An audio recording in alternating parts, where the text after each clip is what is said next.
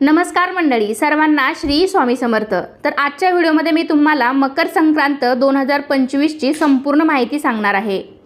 दरवर्षी मकर संक्रांती हा सण 14 जानेवारीला साजरा केला जातो, पण 2025 मध्ये मकर संक्रांती नेमकी 14 जानेवारीला आहे की 15 जानेवारीला साजरी केली जाणार आहे।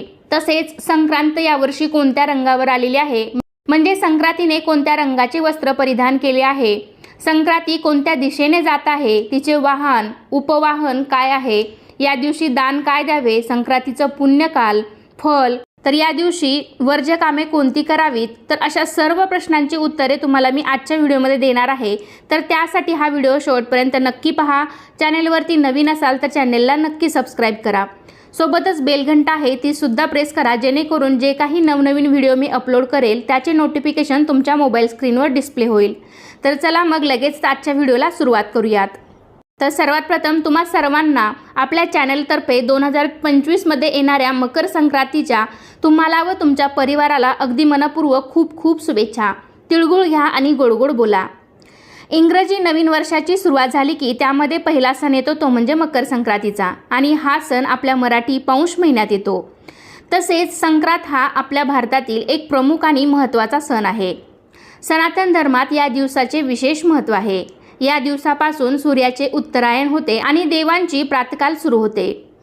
तर यावर्षी म्हणजे 2025 मध्ये मंगळवार दिनांक 14 जानेवारी 2025 रोजी मकर संक्रांतीचा सण साजरा केला जाणार आहे।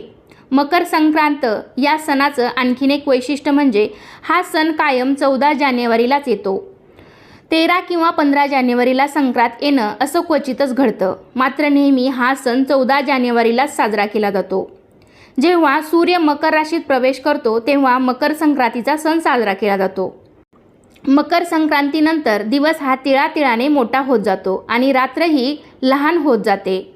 तर यावर्षी म्हणजे 2025 मध्ये मकर संक्रांत मंगळवारी 14 जानेवारीलाच आलेली आहे। मकर संक्रांतीचे फल: मंगळवार दिनांक 14 जानेवारी 2025 म्हणजे शके 1946 पौष कृष्ण 1 रोजी सकाळी 8:54 सूर्य मकर राशीत प्रवेश करीत आहे। संक्रांतीचा पुण्यकाल: मंगळवार दिनांक 14 जानेवारी 2025 रोजी सकाळी 8:54 पासून ते संध्याकाळी 4:54 पर्यंत असणार आहे। सूर्याचे मकर संक्रमण बालवकर्णावर होत असल्याने वाहन वाघ असून उपवाहन घोडा आहे। संक्रांतीने पिवळे वस्त्र परिधान केले असून हातात गदा घेतली आहे। तिने केशराचा टिळा लावलेला आहे। वयाने ती कुमारी असून बसलेली आहे। वासाकरता जाईचे फूल घेतले आहे। पायस भक्षण करीत आहे। जातीने ती सर्प आहे। भूषणार्थ मोती धारण केले आहेत। वार नाव व नक्षत्र नाव महोदरी असून सामुदाय मुहूर्त 45 आहेत।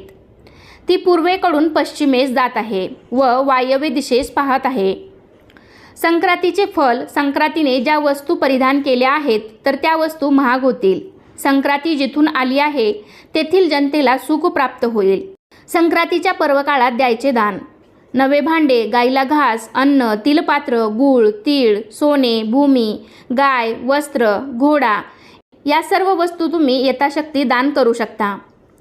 संक्रांतीच्या दिवशी वर्ज्य कामे कोणती आहेत?